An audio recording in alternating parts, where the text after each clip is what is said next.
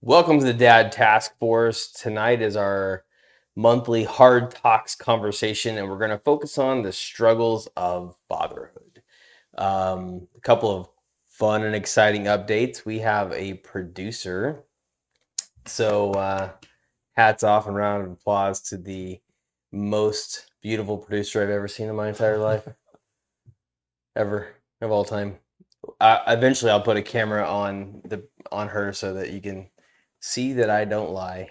Daivon, how's your week? This episode is brought to you by StreamKits at streamkits.com. If you're into content creation, whether you're a streamer, a podcaster, an influencer, or you have a more traditional production need for your content, StreamKits has you covered. From the solo IRL backpack man on the street interview kit, all the way up to a more studio quality 4-camera, 4-audio, stable mount system, they have what you're looking for.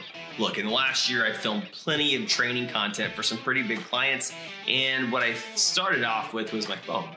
Then I upgraded to a fancy DSLR, but I had to buy tripods, I had to buy lenses, I had to buy audio interfaces and microphones, and as the camera upgrade or the phone upgrades, now I've got to buy different interfaces so that audio continues to work, and it just keeps draining the bank account for equipment just to put the content out.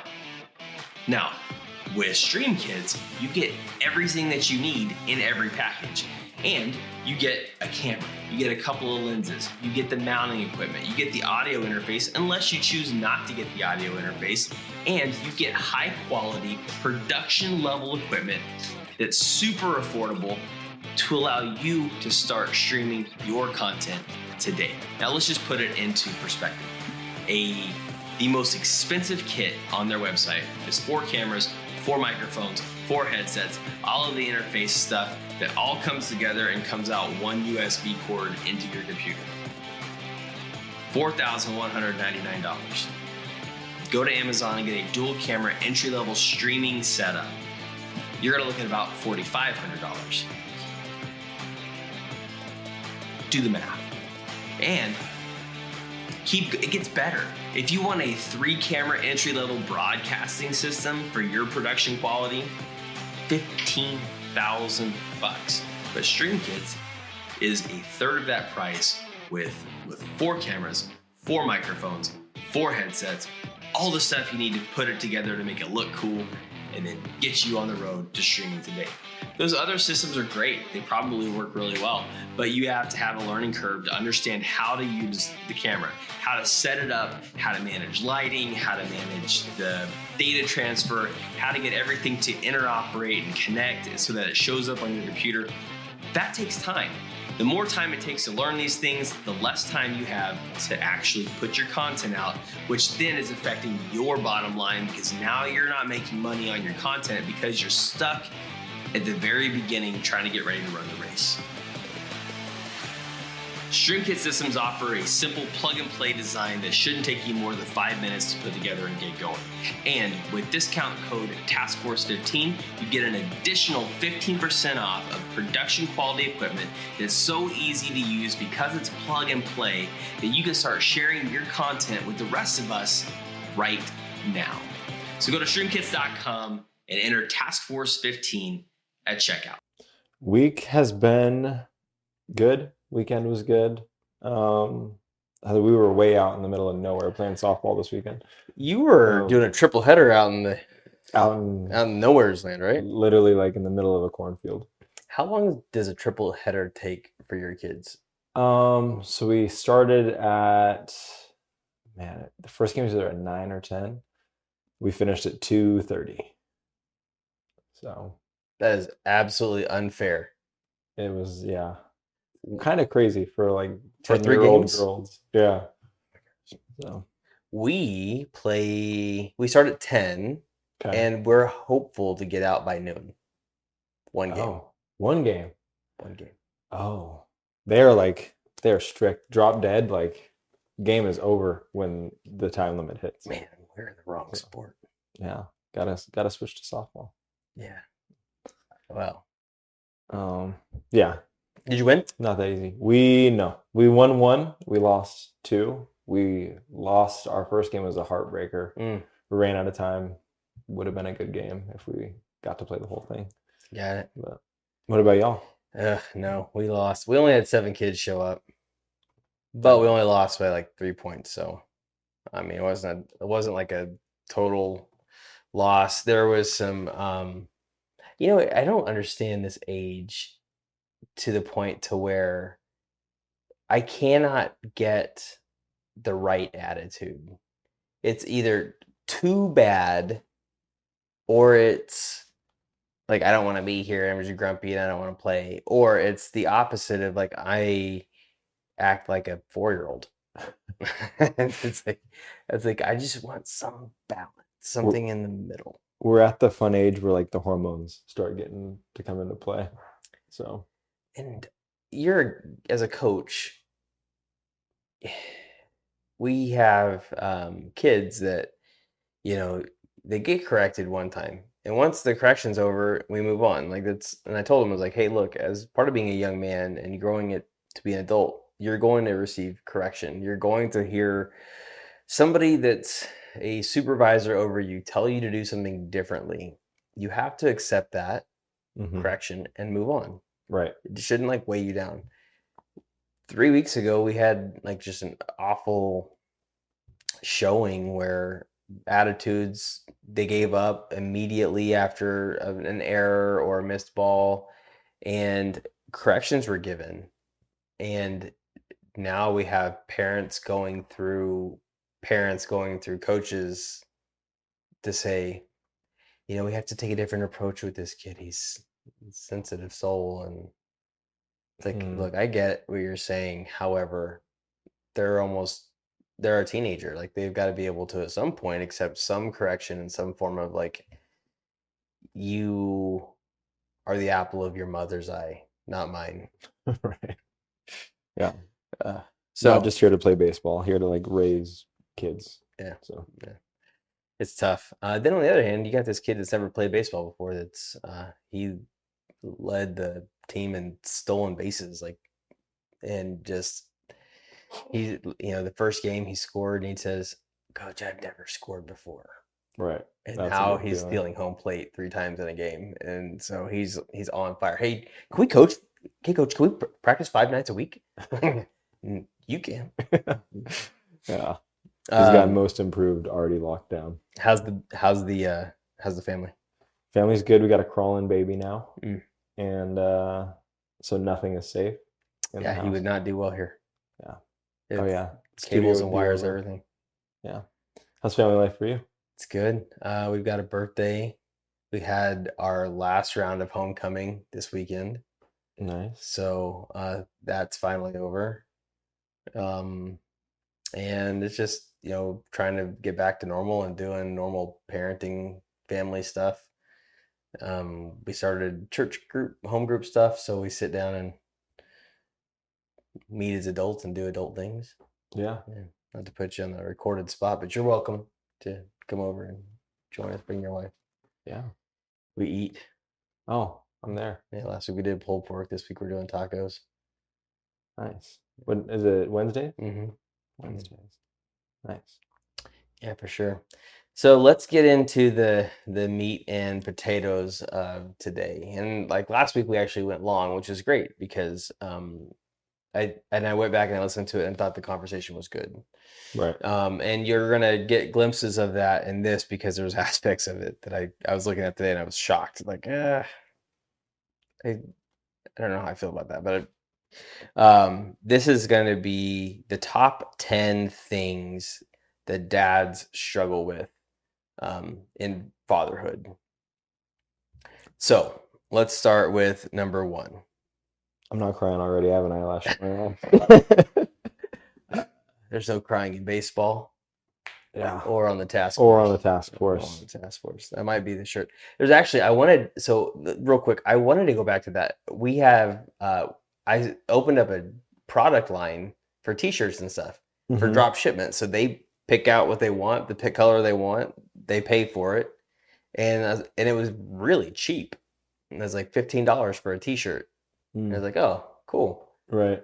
That's how much it costs for the samples. I was like, this is great. I went in and tried to buy stickers just to see what the process was. And it was like, oh, they pay the front end, you get the profit, but you pay for the whole thing. And so by the time the $8 worth of stickers, it was $30 just to get the shipment out, plus the profit margin. And we're not going to use them. We're going to find a new place, but that'd be a good shirt. There's no crying on the task force. No crying on the task force. Print it. Print it. Yeah. Well, we need a t-shirt maker. If you know a t-shirt maker, reach out to us, because I've got some ideas. Yeah. All right. Seriously though. Work-life balances. Fathers may struggle to balance their work and family responsibilities. Now, we had a conversation with Sarkis from Stream Kids in episode 3 about work-life balance, but that we're on episode 14. That means 11 weeks ago. What have you taken away? What have you learned? What do you do differently, if anything? Or how do you manage work-life balance as a dad of 4 kids? Yeah, I think one thing I'm bullish on is that hard stop. So like I work from home. And on my work calendar, I have like the time that I'm stopping working blocked off for the rest of the day. And if you book a meeting at that time, like just know I'm not going to be there. I think one thing we got from Sarkis that was really awesome is like he obviously owns his own business, but he incorporates his like family life into the business at the same time. I think you have to have kind of like a unique kind of situation for that, but I think there are opportunities to do that. Kai, my 3-year-old, like now just in the morning, if he doesn't hear me on a meeting, he just comes and sits in my office and hangs out. Obviously, again, unique situation because I work from home. Yeah. But I think there's a lot of opportunity to like look for chances to, if you work from home, either like let your kids or your family come in and hang out with you if you're not on like a meeting or anything like that, or go work in a common area in your home. And then I think like there's a lot of situations not work from home where people can take their family. But having that like hard cutoff is super important. And then if I don't get all my work done, I'm not picking up my laptop again until like my kids are asleep or like, So you had actually said that the last time is like you got a hard stop, and sometimes you have to wait until the kids go to bed before you do something. And I tried to adopt that to where I waited for everybody to go to bed, which is difficult when you got teenagers because they never go to bed. Right. And then doing work once everybody was asleep. And then I found myself finally getting to bed, getting everything finished where I felt satisfied with the day's work at like 2 a.m. Oh man. And then, the day starts at 6 the next day. So that was a rough go at it. But I like the idea and the premise, and it actually allows for the freedom to do other stuff with the family. Yeah. Number 2 on the list was lack of resources. So fathers may face challenges with money, time, and paid work. So as a father, do you feel, and it may not be, you may not feel it, but I think it's a pretty generic enough idea that a man has a responsibility to protect and to provide. Resources are a catalyst to that. So how do I get enough resources to provide while having enough time resource to invest into them? It's a good question. I think just as men, and like Bedros Keuilian calls it the man on the white horse, like nobody's coming to save you. Yeah. And so you've got to continue to like invest in yourself and build those resources and find those resources on your own. I think one thing that's underutilized is like a lot of people don't continue to like read books or listen to podcasts. Shameless drop there. Shameless plug. But people don't like continue to build or listen to podcasts that are going to like build them up and give them the resources to like be more efficient with their time, or pick up new things that are going to help their family or like help them with finances and things like that. If you listen to this episode, you know that Daivon talked about what to expect when you're expecting, whether he realized it or not. And that's the book, What to Expect Before You Have a Kid. But what happens after you have a kid? Your role as a father is so important to the development of that child that you should be reading everything you possibly can to make that kid's life better. Now, as you know, the older they get, the less they're going to come to you with information unless you establish those relationships right now. So I encourage you to go to Amazon. It's amazon.com and pick up Dadcom, 21 Days to a Better Relationship with Your Kid. It's only $20, and what you get is a daily journal, a bit of instruction, and a daily challenge. And after the end of 3 weeks, 3 short weeks, 21 days, you will have equipped yourself with the same skills that they give hostage negotiators to talk bank robbers out of banks. And you can apply that to your child. And you'll have a great rapport, a great relationship, and at the end of the day, they're gonna bring stuff to you. I know you guys want to be tacticians and you want to go out and you want to put bullets through paper because that's going to save the day someday. Maybe, but more than likely you're going to have to talk to your kid at some point, and that is where the magic happens. That's Dadcom on Amazon.com. Pick up your copy today. That is, and I'll shameless plug for them, and he doesn't owe me anything because I don't know him. But I started listening to a new podcast called Rodeo Time because I saw a clip on Instagram. And it was, this guy was interviewing Ty Murray, who is a 9-time world champion bull rider. And it's a 2.5-hour episode that he talks all about, like, I came up with the greats and they told me this is how it's done. He's like, there's another guy they came up with, and he went into it with his buddies. And the difference was he didn't become a champion until later in life because I did the hard thing. I was the rookie in the car. These are my travel mates, but he was rolling with, Tuff Hedeman and Lane Frost and Cody Lambert, which are all the guys from, 8 Seconds, the Luke Perry movie. Yeah. And then he talks about balancing that and getting injured and then being a dad and I was like, I should clip this entire thing and then insert it here and then just rebrand it because it was so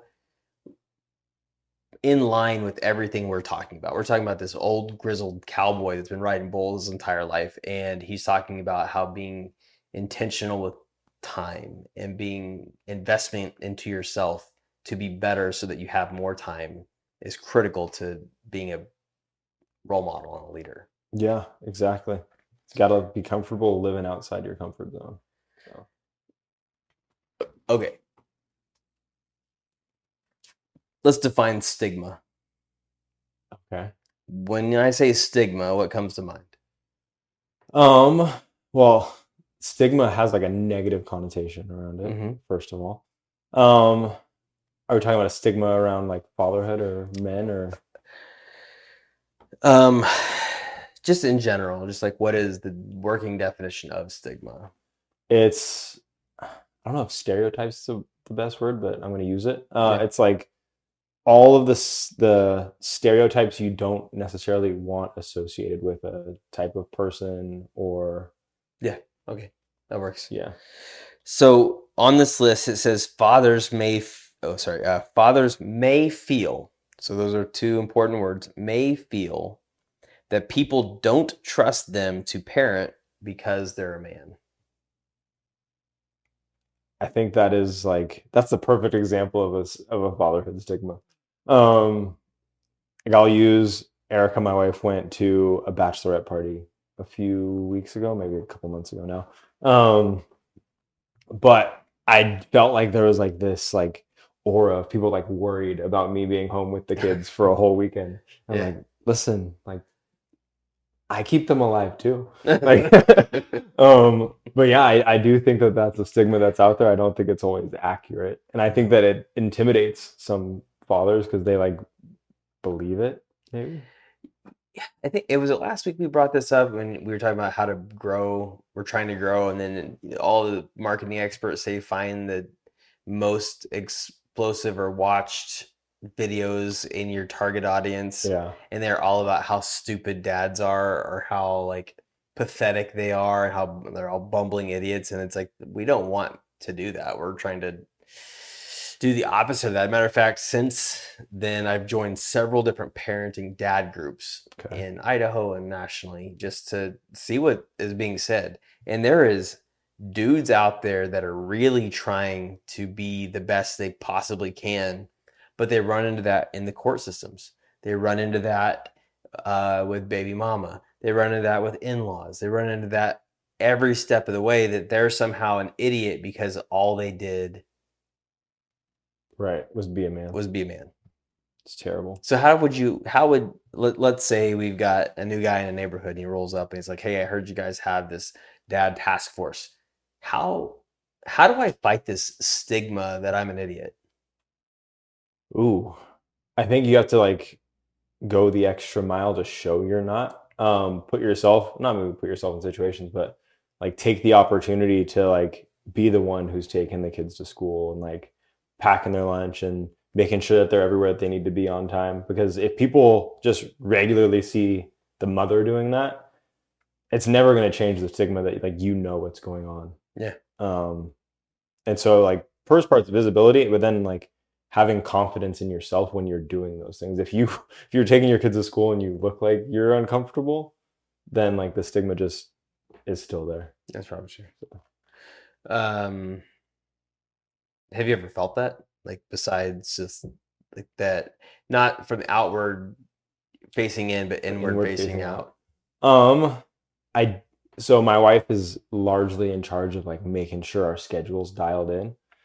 And so because I'm not the one putting the stuff on the schedule, at times I do feel like, ooh, what if I'm missing something? Like, are we supposed to be doing something right now that we're not doing? Well, that's an interesting point. Like my wife is regimented in the sense that the calendar matters. Mm-hmm. Did you put it on the calendar? Did you say it? Is it on the calendar? And I'm not a calendar person because I remember 90% of the things I'm supposed to do. Right. I've never had to rely on a calendar. To put it into the calendar takes extra steps I wasn't prepared to take.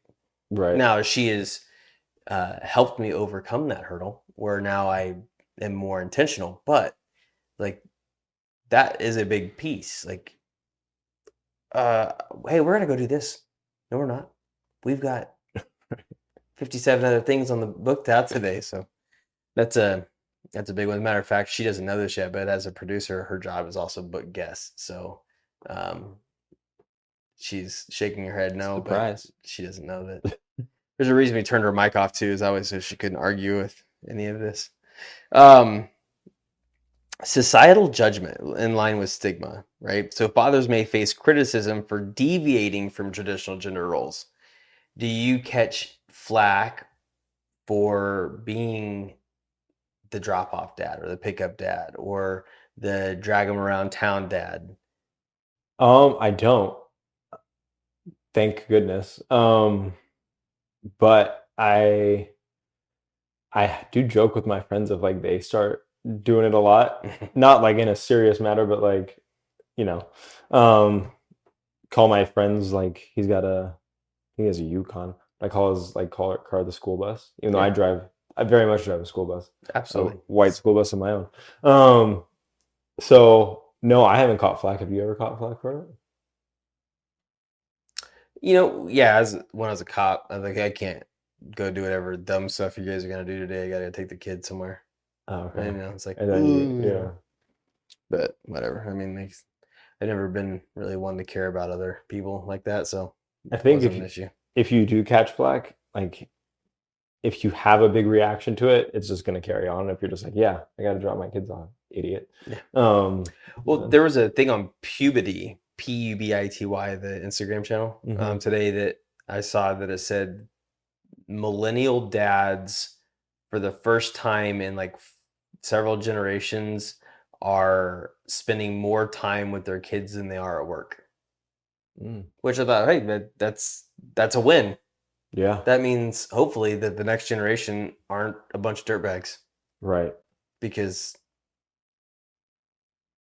yeah, I think, was it 2 weeks ago we had Forfeit Fatherhood? Yeah. And he kind of talked about like our generation growing up, like it was the polar opposite. Like dad was always at work and all this stuff, and now that like it's not necessarily an overcorrection, but like now it's the pendulum swung the other way, I think he said. Yeah. And so that's cool to see that, like, if anything, that's where you should be spending your time. Yeah.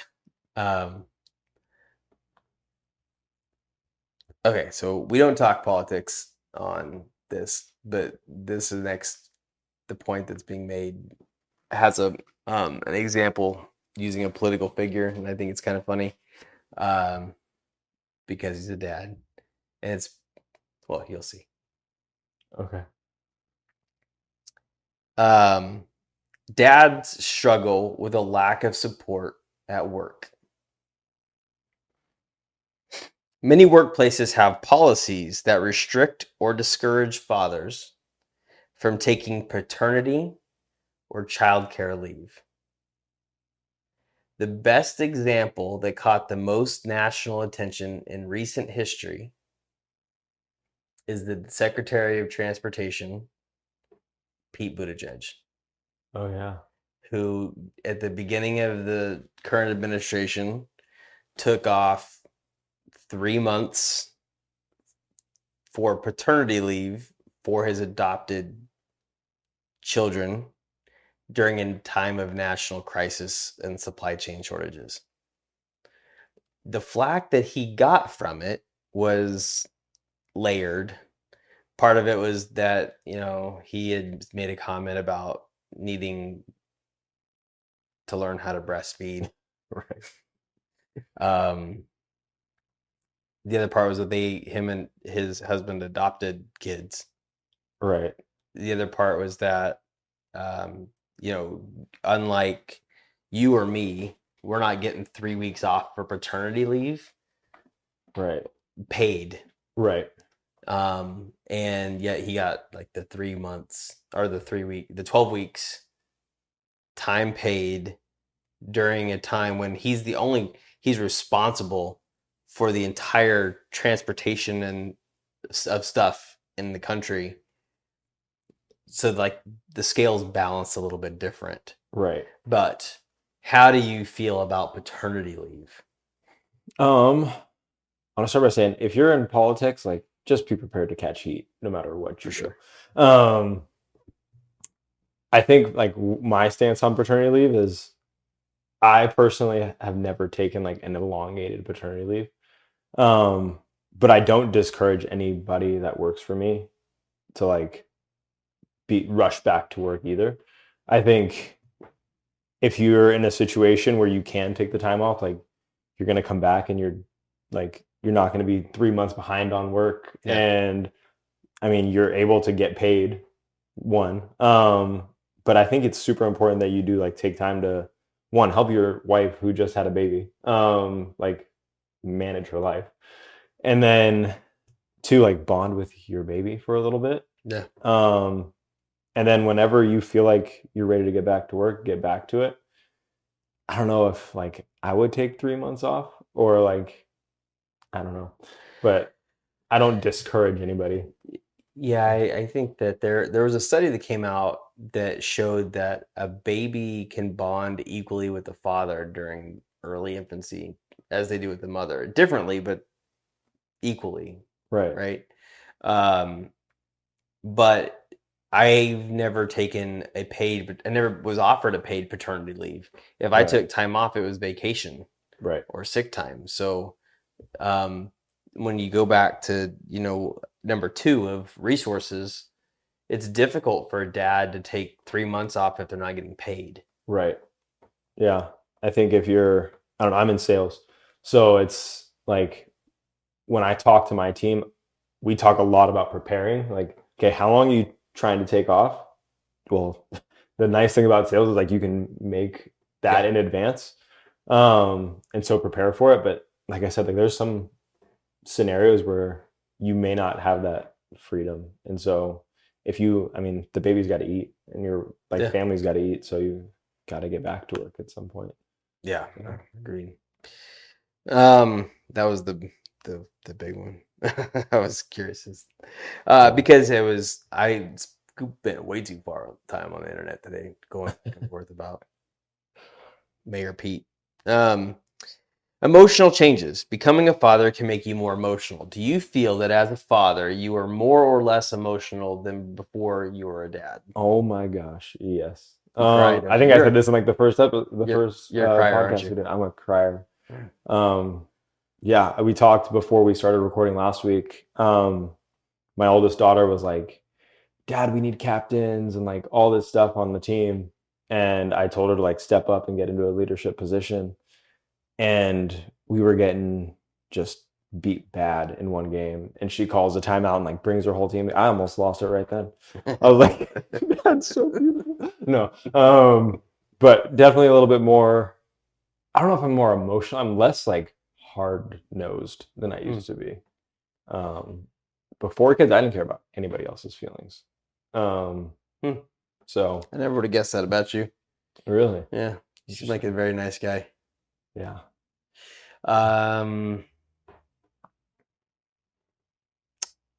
Is crying as a man a sign of weakness? Ooh, I think it depends like what you're crying about. Like, Okay, so hard line in the sand.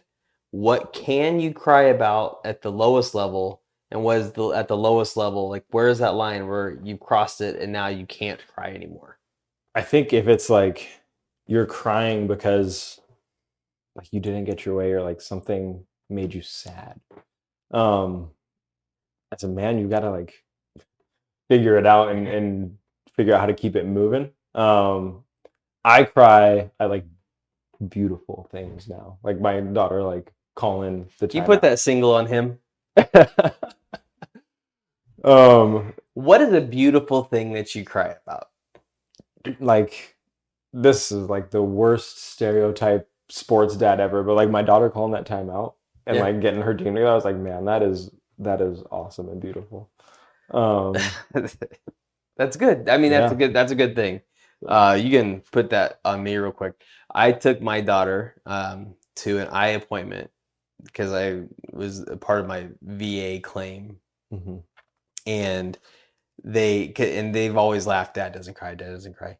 The eye doctor in front of her goes, "Oh, your tear ducts don't operate." There's absolutely like that's why your eyes need so much like eye drops, is because your tear ducts don't operate. You've been crying in secrecy. In secrecy, nobody ever knows. Yeah, Just invisible tears. that's awesome. Look, if you're a man out there and you feel like you need to cry, it's okay. Just do it in the closet when nobody can hear you. Yeah. I mean, it's like healthy to cry. It's not healthy to not cry ever. Is it healthy to not cry, or healthy to cry? Healthy to cry? Man, I don't know. I cried a lot as a kid, and I got made fun of.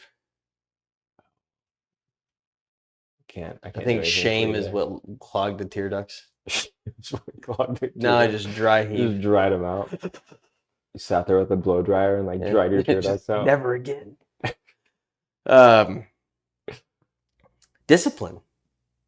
Discipline is on the list. Fathers may struggle to find the right balance between being supportive and tough love. Ooh. I could understand that, but I think it's all about like consistency. Like the big trend now is gentle parenting, right? And so it's like I don't think it's a bad thing to have rules for your kid and to discipline your kid. Like if your kid is hitting a sibling, you can't just be like gentle hands. Come on, kitty, soft paws. Yeah, like you've got to teach your kid that like hitting another kid is not okay, especially your sibling. But it's all about the expectations that you set. Because if your expectation is here one day and then it's all the way over here the next day, your kid's going to be super confused. You're just going to be yelling. Your kid's going to just drown it out because dad's yelling again. Yeah. And then having those hard lines in the sand or like those expectations for your kid is also going to help them feel supported, because you're telling them to do something so that they can be on the right side of that decision. I think it's important as fathers that we prepare our kids for the road ahead, not ill-equip them by fixing every pothole as they make a step forward, which goes back into how we started this conversation about different parenting styles. If I go and I basically make the world conform to my child, the second they become an adult, they're going to fail, because what do you mean that I am not the king of the world? Right. I The didn't world. know this. Yeah. And the same is true with, there's a lot of freedom and boundaries. If I know my left margin and my right margin, and I can't cross these lines, that means I have all of this room in between to run. And I can do whatever I want in between these lines as long as I don't cross these lines. And as you get older and show more maturity and more responsibility, they start to expand. Yeah. But if you screw up, we'll shrink them until you've built that trust back up to expand again.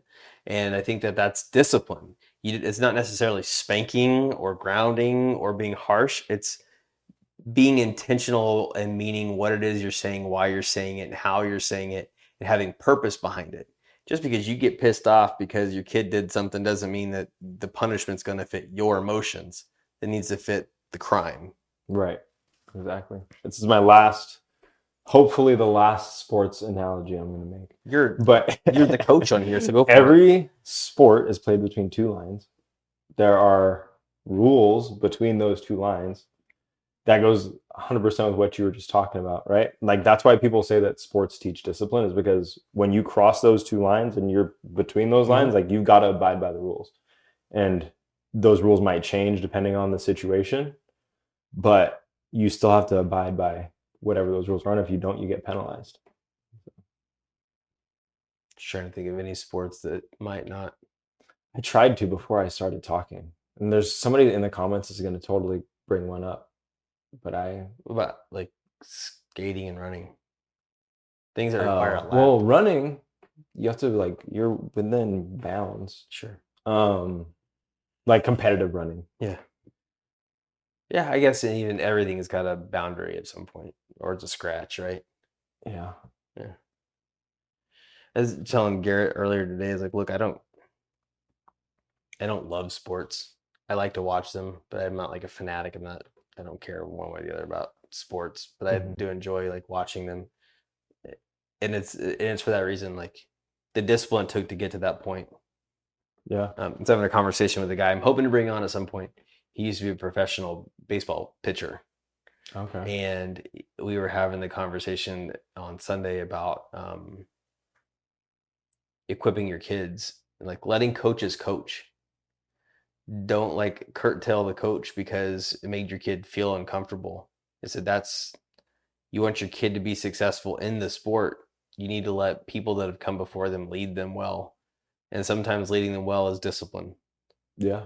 And so being a coach is a lot like being a dad, I think, in a lot of regards. Yeah. Providing boundaries, constructive feedback, criticism, Yeah. training. Agree. All right, bonding. Fathers may struggle to find their role as a new dad. Did you find it difficult to go from being a married man with a wife, to being a married man with a wife and a child? I think at first, because you don't really know like what to expect, especially like your first time becoming a father, you're kind of, I don't want to say useless, but like there's not a lot you can do at the very beginning because the baby is so dependent on the mom. And so you have to like find your way to bond with the baby. Now, like second, third, fourth, I'd already been through it. Yeah. And so I knew where I could insert myself and where I could become helpful and like when I could bond with the baby and how to bond with the baby. That's like the other thing is it's not always natural to like know how to bond with your baby right away. But I think depending on like what that statistic is, like as age goes, there are times when like the baby or the kid like really, really wants their mom.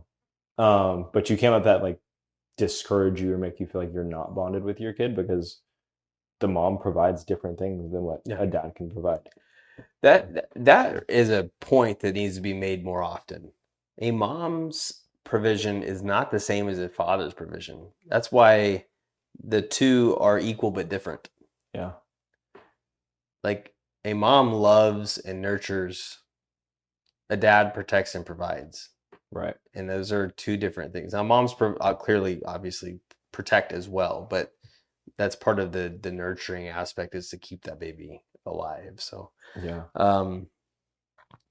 Which goes to what you just said into item 9, tiredness. Parenting is relentless, especially in the first few months. How do you handle fatherhood when you don't know what you're doing and now you're short on sleep? Patience is wearing thin. You're trying to keep her happy, healthy, and fed so that the baby's happy, healthy, and fed. And you're just like, Yeah. do I get, like, you're nursing and you get up? Do I get up with you? What am I going to do? Stare at you? Right. Is there something I can do to like help offset this stuff? Like, how do you manage that? The first thing is communication. Because, yeah, early on, you're both going to be tired, like all the time. You're probably not going to get to sleep at the same time a lot. And so, one, have that communication so you can get some sleep. Otherwise, you're just like sitting there, like, can I fall asleep right now? Or How pissed is she gonna be if she looks over and sees me right now? She gonna be mad. Yeah, exactly. Producer, were you mad if I was sleeping when you were up? I don't know what that means. It means yes. Yeah, yes. So there you go. That was I like a think head it's nod. just jealousy talking.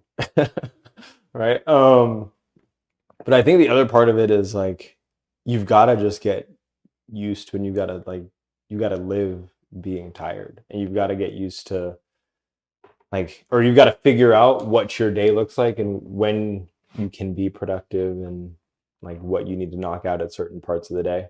Yeah. But also like goes back to the discipline thing. You're going to be tired if you let like dishes are probably the hardest thing when you are super tired and you just had a baby. In my book anyway, having that discipline, like still make sure those things get done is huge, because if you let them stack up and pile up, then you're not any less tired. You're probably more tired as time goes on, and you got this huge mountain of work to do now. And so having routines and discipline is the most helpful thing. And then caffeine. Yeah. I think that I've been tired since I was 19, and so now it's just like common operating procedures. Like, there's dishes, all right, fine, I'll do. Somebody told me something a few days ago, and I didn't know whether to take it as a compliment or not. But it was like, I remember you operating very well off of like no sleep and being tired.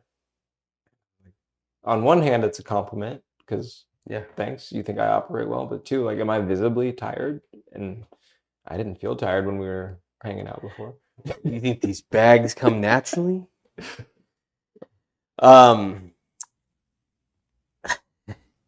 Managing conflict. This is item number 10. This is the David Letterman show with the card at the screen right now. David, parenting can be tough when different cultures mean you have different beliefs.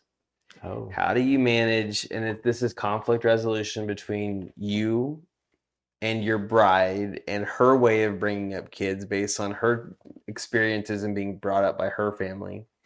There's the cultural aspect of maybe having a different culture but living in a different country, maybe even a different state.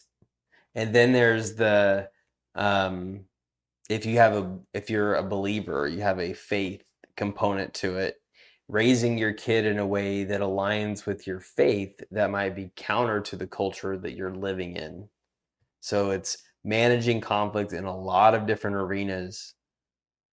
What can we pour into these men that are seeking help in this regard? oh, this is a big one. So that's number 10. Yeah. I think the first thing is like, you got to know why you or your bride feel a certain way about like whatever you're ready to go at each other because of. And so you've got to be just as willing to hear the other side as much as like you're willing to push your side on the other person. Um, in Matthew McConaughey's book, Green Light, he talks about conflict resolution. I think it's like toward the end, but he's in Africa and he like there's these two guys who are seemingly like arguing, going back and forth, and then Matthew McConaughey jumps in. He's like, no, like he's right, and then like the guy who he's defending like jumps at him and is like, it's not about like being right, it's about like understanding. And I think that's a huge thing. Totally like changed my perception of conflict resolution. And do I understand why you feel that way? And do I find value in that? Because maybe I've been bullish on this idea, but maybe like there's some wiggle room where like maybe your idea is actually better. Is there harm that's going to come to my kid from trying your way? Yeah. A lot of times, like both ideas are going to work out just fine. In terms of raising your kid, like from a culture or from a faith that is different than the area or culture that you're in, I think that is, I'm going to say discipline for the 26th time on this episode, but it's got to come down to discipline and like having firm belief that like your faith or your culture is like the way that you want to bring up your kid, and like those values are going to be what you want to pour into your kid so that they're able to grow up and like be a contributing member of society the way that you would want them to be. So people escalate for 5 different reasons. They feel that their safety is threatened. They feel that they have no control of the situation. They feel they have no voice in the situation, which is a lot of it, especially in dealing with conflict, with interpersonal conflict with families. And I have no voice, I don't say. The other is they're afraid of being embarrassed, or it prevents them from achieving something. So starting with one of those 5 things, why is this conflict as a result of one of these 5 things? Did I do that to you, or did you do that to me? And having that level of self-awareness and self-control gives you a starting point, a jumping point where to dive into that conflict resolution. Being a dad is tough. Oh yeah. But there's a lot of it that is really easy, and being that means sometimes keeping your mouth shut, observing, paying attention to everything around you, and then acting in a manner that makes sense.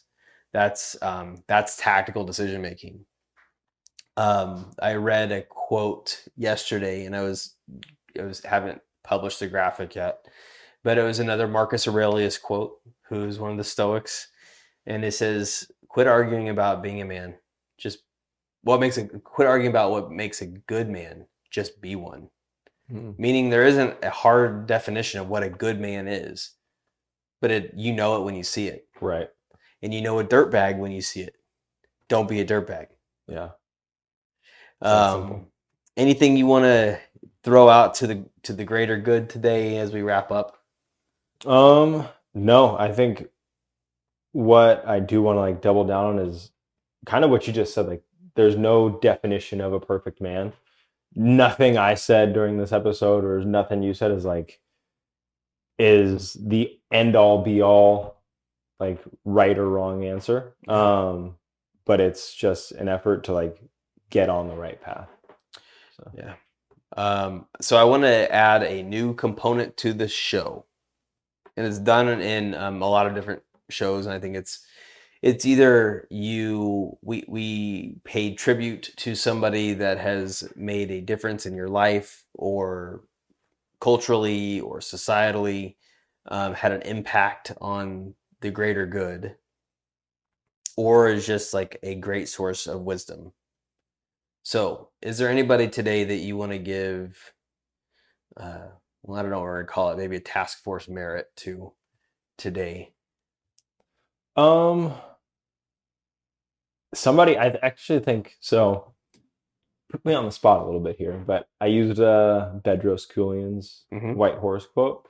I do gain a lot of wisdom just from like listening to little tidbits of him, and he's a person who's like, dude, came as an immigrant, like refugee immigrant, now like, very successful human being and great father at least what I've noticed from afar. Yeah. I don't know him personally, but I would give him my task force shout out. Right on. I love the idea that there ain't nobody coming for you. Yeah. It's pull up your bootstraps and dig in. It's about to get ugly. We'd encourage you to like, rate, subscribe, and follow us on all the channels at Dad Task Force on Facebook and Instagram and YouTube. If you listen to podcasts on Apple, then please rate and review. Upon Spotify, just give it a 5-star, and that's all you have to do. And one other thing, if you are local to Idaho or Canada, because we have 2 chapters. We have 2 Dad Task Force chapters on Facebook where we're planning meetups. And currently, the Boise chapter, we have a meeting location. I'm just trying to get some of the logistics dialed in, including date and what we're going to do besides the live show and how we're going to facilitate that. So find us on Facebook, join the group. We'd love to meet you in person. I met a guy in another dad group that actually lives a mile up the road. Oh, really? So we're excited about that. So Nice. until next time, folks, we'll see you then. See you next time.